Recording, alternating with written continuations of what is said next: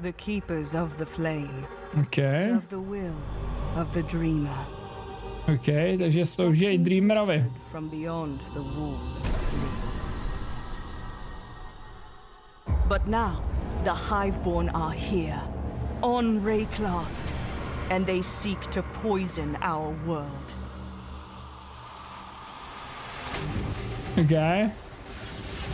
Okay, takže je to tak, nové Breach Boys.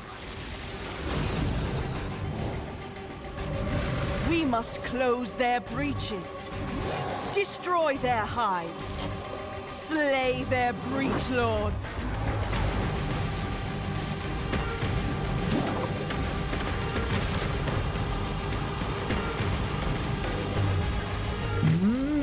Predikce moje a ostatních lidí byla správná.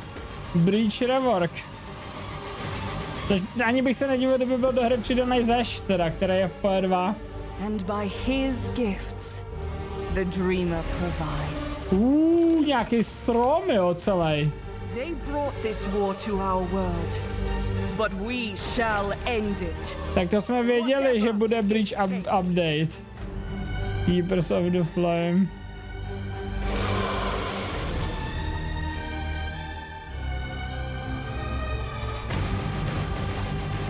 Graf, přesně. New skills and support. Nový skilly přidávají do hry, jo. Bloodline classes, ok, nějaký nový, asi ascendančky. Tři nový uberbosové, nový trade systém, to jsem říkal, že prostě ho převedou. Ale ze strany...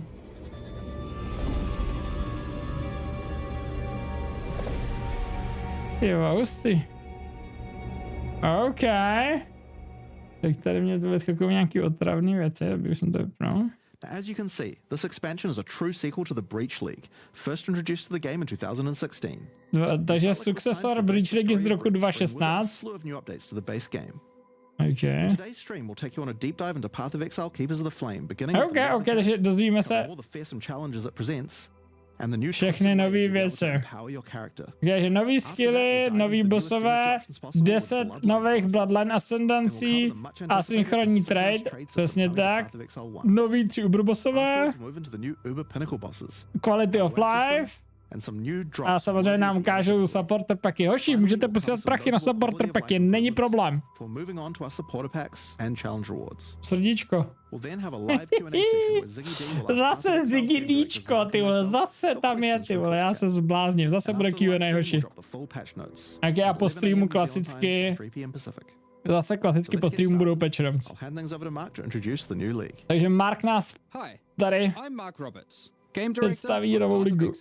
Nazdar. Breach is a beloved league that has had an iconic history in PoE. We intend to honor that legacy with our first ever sequel league. Keepers První sequel liga. develops every aspect of Nikdy nebylo nic jako dvojkrát. Richer lore, scarier bosses, and entirely Víc lore, nebezpečnější bossové a nový mechaniky. This is still Breach. Ale je to pořád Breach. And slaying hordes of otherworldly monsters. Jasně, že pořád budeš Breach otvírat a zabírat monstra. Okay, takže Breach Lordi zjistili, jak stabilizovat jejich svět s naším. OK, že se přišli podívat do Reakce. The founder of the Keepers of the Flame. OK, takže Aelith je nějaká šéfová, sworn to defend Reakce from the Breach Lords. která chce nám, která chce ochránit Reakce. Aelith can grant you a small spark of the power of the flame, allowing you to blast away their barricade and move onwards. OK, takže je tam barikáda, která se musí zničit, aby jsme mohli pokračovat dál. They appear to be constructing a kind of hive, creating strange shapes and structures that což teda znamená, že tady nebudou roaz teďko asi, hele. Purge them with fire. Jasně, takže ona bude empowerovat ten pilár a ty budeš ji ochraňovat.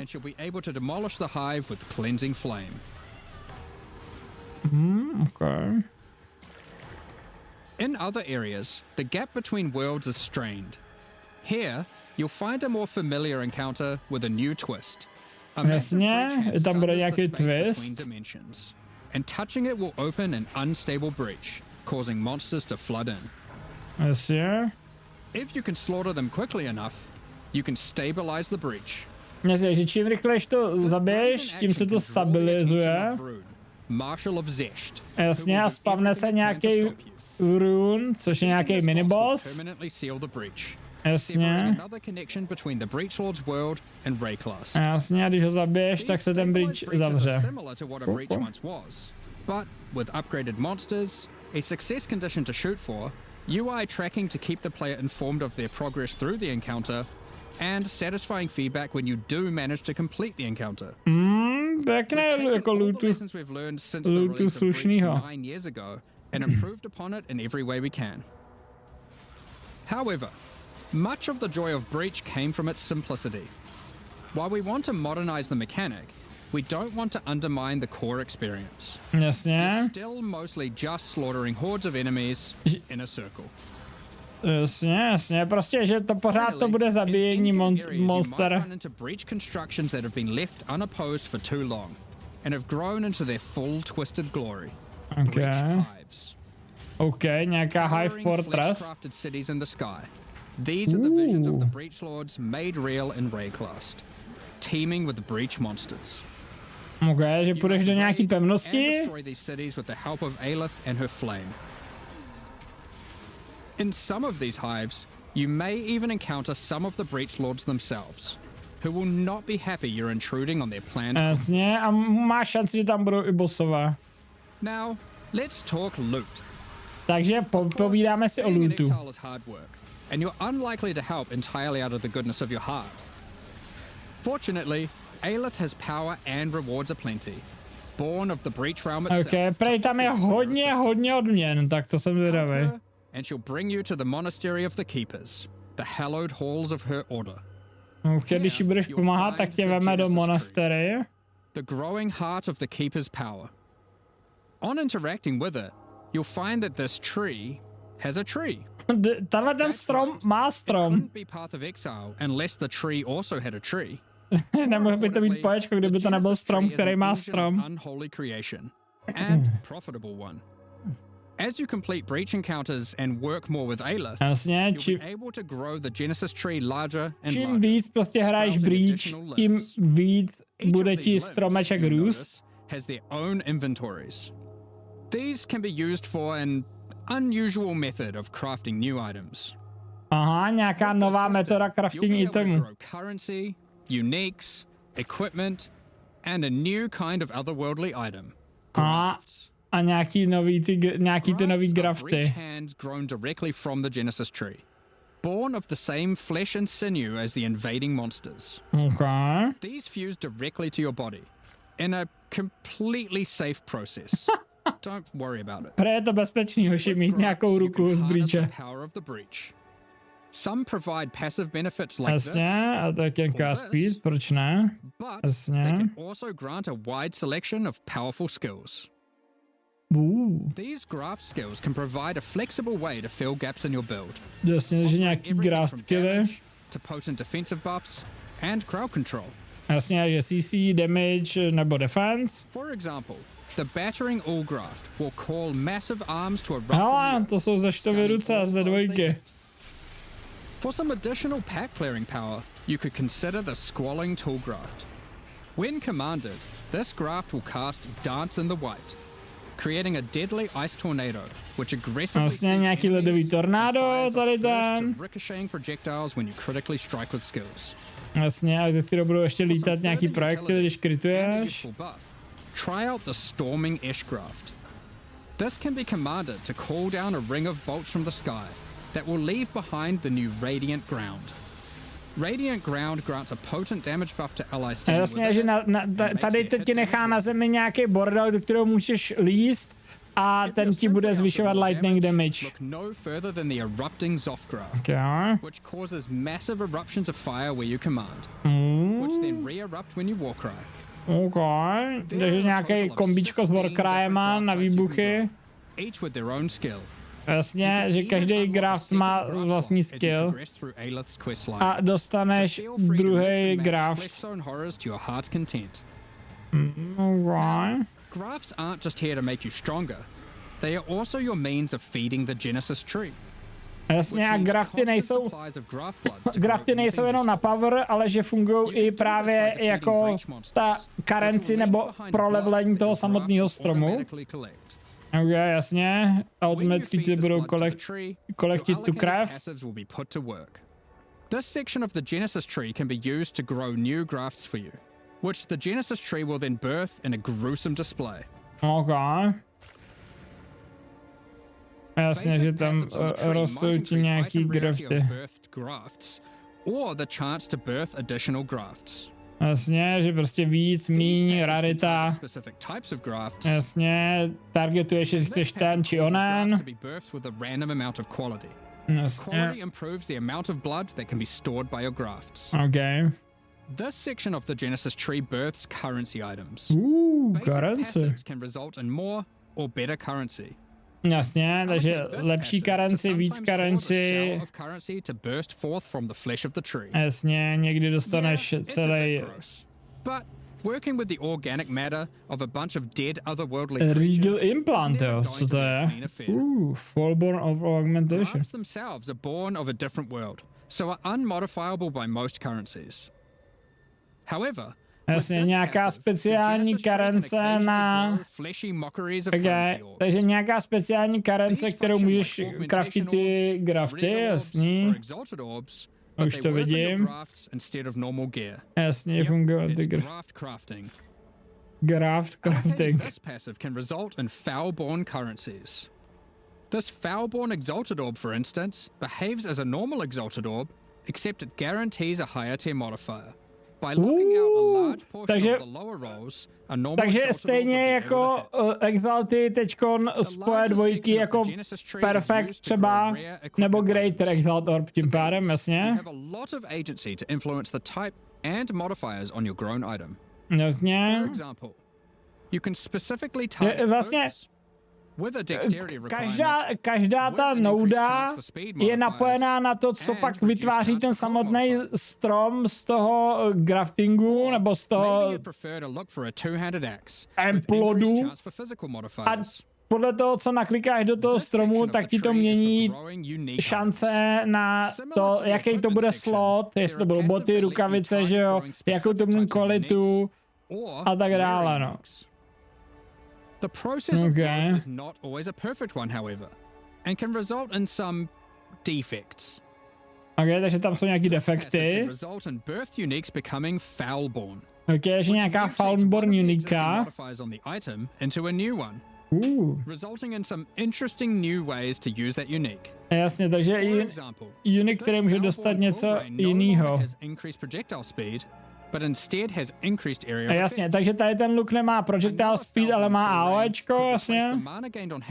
With the much more powerful modifier, where insufficient mana doesn't prevent your bow attacks. Here are some other examples. Elemental Overload, okay, dostal si. This passive 63 chaos resisty. Foul-born uniques to have multiple different modifiers mutated.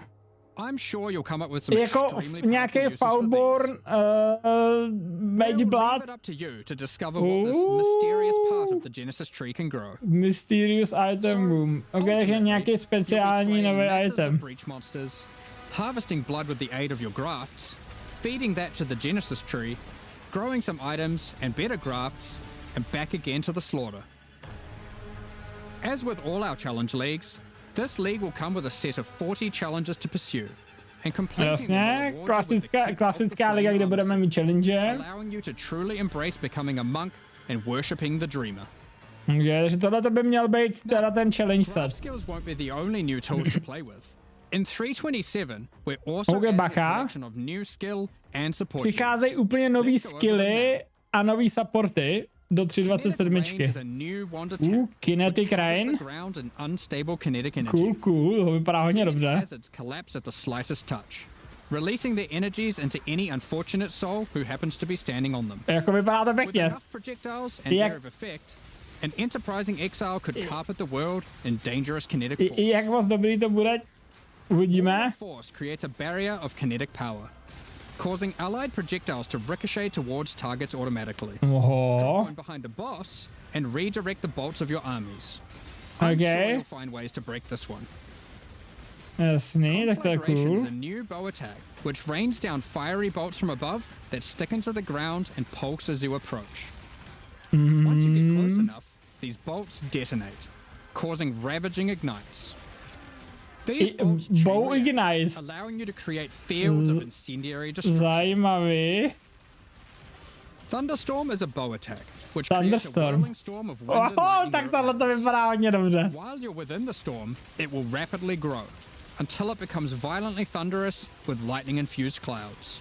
Ale vypadá, že by to dělalo jaký damage Then the tady. storm will cause it to detonate, dealing damage to everything within and releasing a flurry of tornadoes in all directions. Jako vypadá to dobře, teď záleží, jak dobrý to bude samozřejmě. Podle patchu notes. Hovering orbs of energy.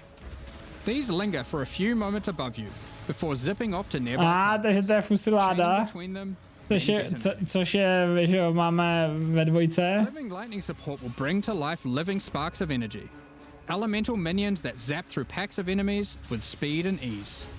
Use these alongside your spellcasting to augment your pack clearing abilities. Jasně, takže nějaký malý minioni, který budou dělat, living sparks of ruin.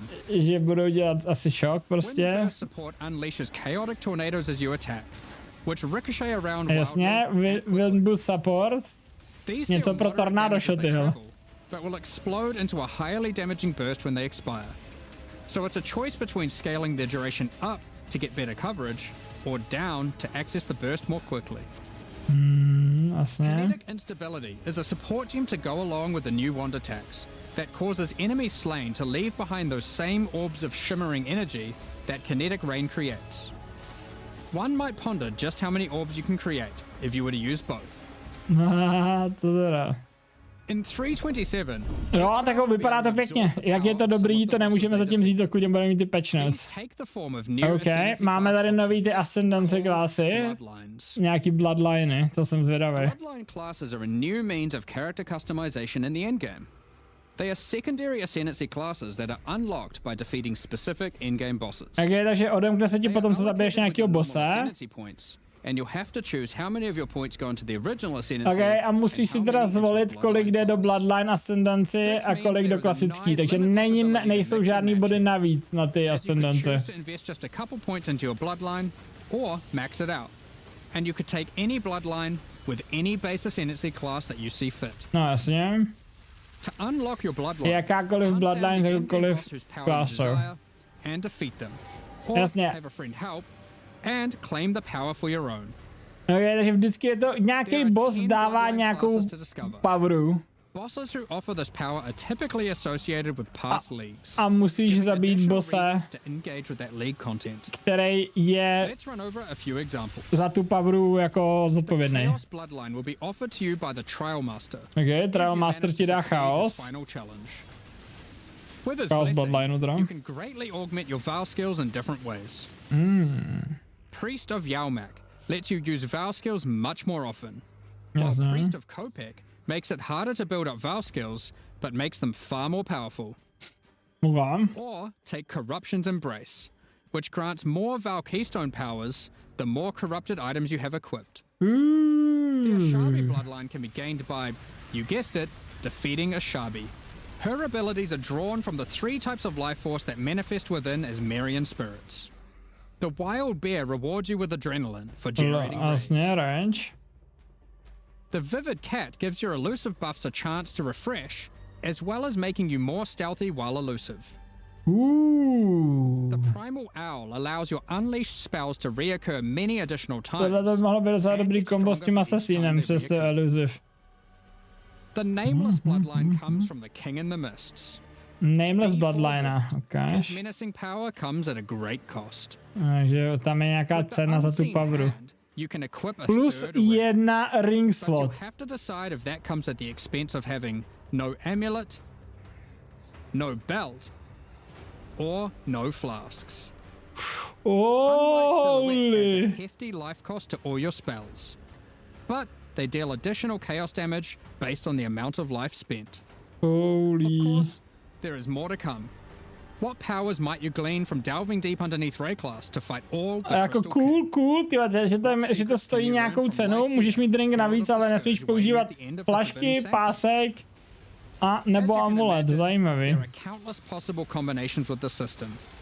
You could be a slayer that embraces corruption and vile power, or perhaps you'll play an occultist that doubles down on their dark power by integrating the nameless bloodline. We are excited to see what crazy and interesting builds players come up with. In the most recent Path of Exile 2 expansion, the Third Edict, we introduced a much anticipated feature, fully asynchronous trade. Ale async trade. Success. So No, now jako we're to excited to byl announce smysl that úplně we'll also be adding oproti this feature předchozímu into tradu. Path of Exile 1. When you Thumbs reach up. Act 6, you'll be able to find Od aktu Faustus 6 in je Lionel's tam. Watch. Previously, he just operated the currency exchange. Now, he will also act as a steward for your merchants tabs. These are where you can place items for sale, for direct and instant purchase by other players even when you're not online. To list an item, simply place it in the tab Nemiss. and select a currency and an amount.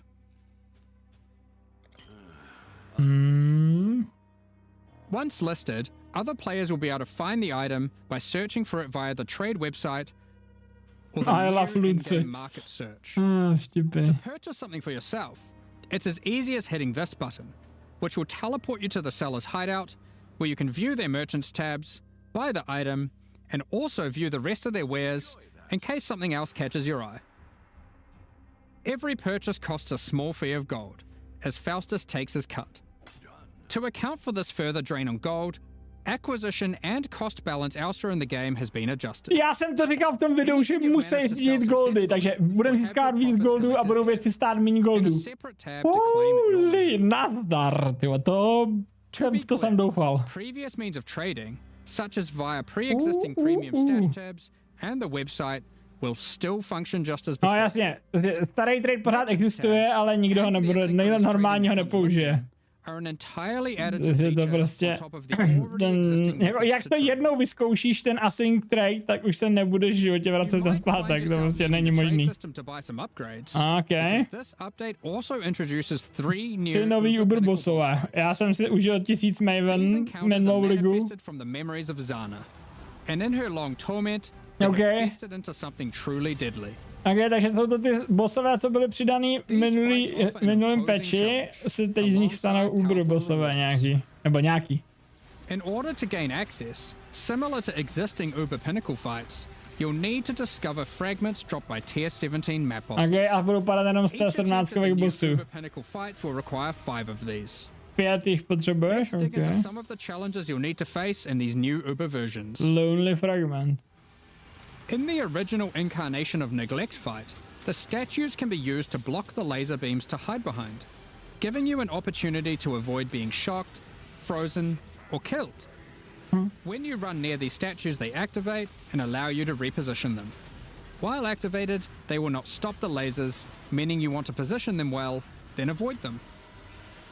However, in the Uber version of this fight, tady v Uber instead of verzi, being co a dělají safe ty? haven, the statues will refract the laser beams, causing a ruckus of energy to cover the arena. Tak to je dobrý. Activating them will prevent the refraction.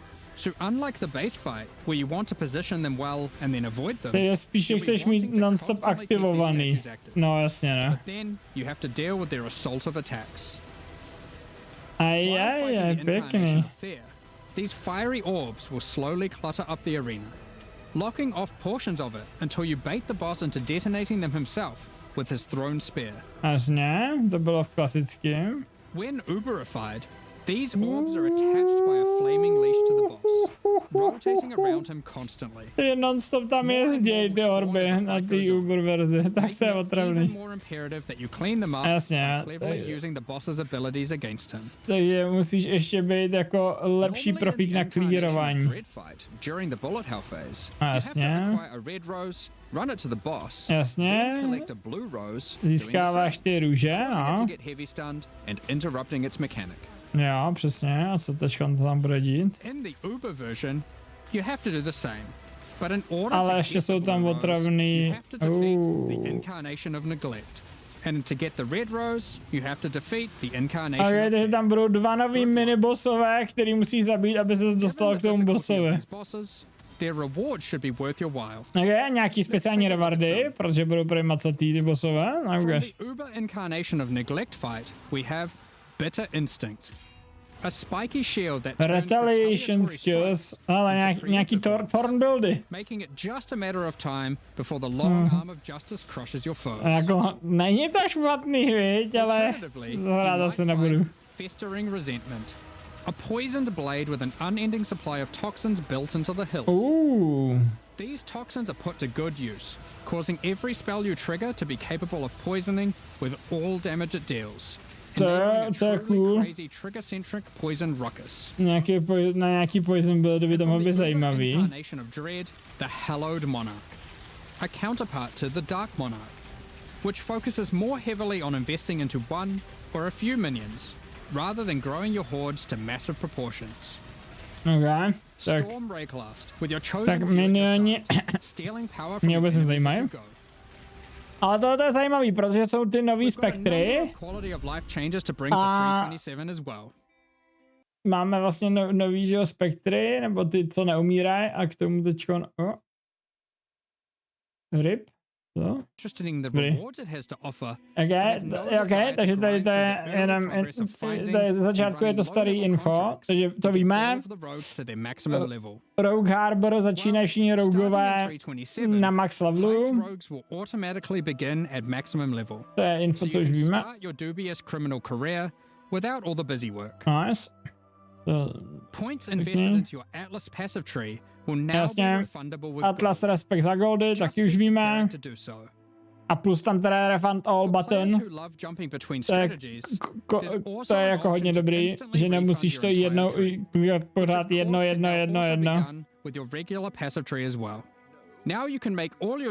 A z tohohle jsme vlastně věděli, že ta Breach dostane rework, protože na Atlas stromu, který ukazovali v tomhletom videu, nebyl vidět Breach. Tohle to je giga update, to je giga kvality. To je giga quality of life update pro bestiary, ale stejně to pořád ještě není, co bych si já představoval. Taky víme, mass identifikace stejná jako v PoE 2. A nepotřebuje Scroll of Wisdom. Very good, very good. Což je hlavně teda pro early game docela dobrý. If one is available.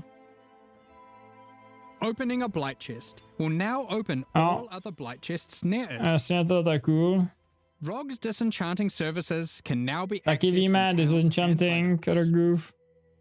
Kerak missions now have a handy icon to show at a glance what kind of mission they are. To je příjemný. Holding down control and right-clicking To on je stack mega decks taky will dobrý. now continuously open them to your inventory, Otvírání notifying you in chat what the outcome is. otvírání těch If you karet z still want to open balíků. them direct to the ground, to let your loot Shift filter provide a click. dose of dopamine, Tohle you to can budu still dělat do já, that shift too click. by also holding shift. Protože tě zajímá to, co cinkne na podlaze, že jo? A o tom jsme se předtím bavili, že vlastně mažou Remnant of Corruption, jestli jsem to pochopil, a bude už jenom fungovat Val Orb. Level all, to je dobrý pro early game, ale jinak to nic moc dobrýho není.